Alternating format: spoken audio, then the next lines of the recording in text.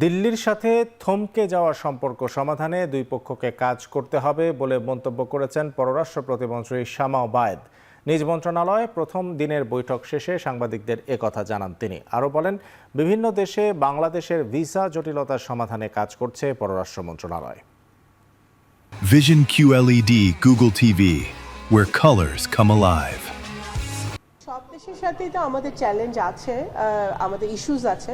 সেই ইস্যুসগুলো সমাধান করার জন্য আমাদের বাইল্যাটারাল মাল্টিল্যাটারাল ভাবে আমাদের এগোতে হবে, সেটা আমরা এগোবো। এবং আগেই তো বলেছি, আমাদের সকল রাষ্ট্রের সাথে, সকল সরকারের সাথে আমাদের সম্পর্ক থাকবে। আমাদের স্বার্থ, বাংলাদেশের জনগণের স্বার্থকে সুরক্ষিত করে।